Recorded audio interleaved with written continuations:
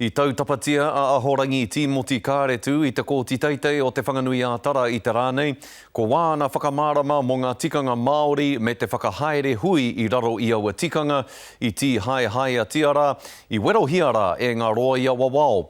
I rere ngā pātai kia Kāretu, toi hau takirua o te runanga Kōhanga Reo o te motu, e pāna ki ngā kōrero I kōrero hiai I tetahi hui tikanga Māori, me te aha he mea hopu torohu aua kōrero e Toni Waho, he māngai ōmua o te runanga I tahurira ki te kōti kia whiti ai te rā, ki runga I ngā whakapai rawake pūtea I te runanga. Nei rā a Eruera Rerekura.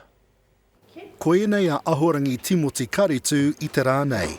I ngana te roia a Toni Waho ki te wai māramatanga mō ngā hui a tikanga. I suggest this is part of aspects of Māori culture that seek to avoid confrontation between people and instead find common ground. In fact, in tikanga hui confrontation is very strong. Engari, kei te wakamai a ngā taua ki hangarau I te ao Māori anake? Hyperbole is common, isn't it? Well, hyperbole is common in anything. Engari, ai rānei kei te kōrero tia wānui tia ngā taua ki hangarau I te ao Māori? But it's a common feature of kōrero and I would not accept that. Hyperbole is, no. But so I'm not suggesting that there's no confrontation, but the purpose of the meeting is to find the common ground, to find a way to go forward on the things you agree. Yes.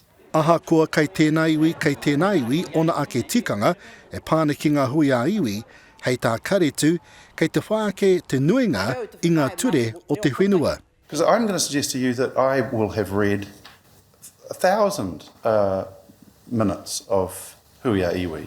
Yes.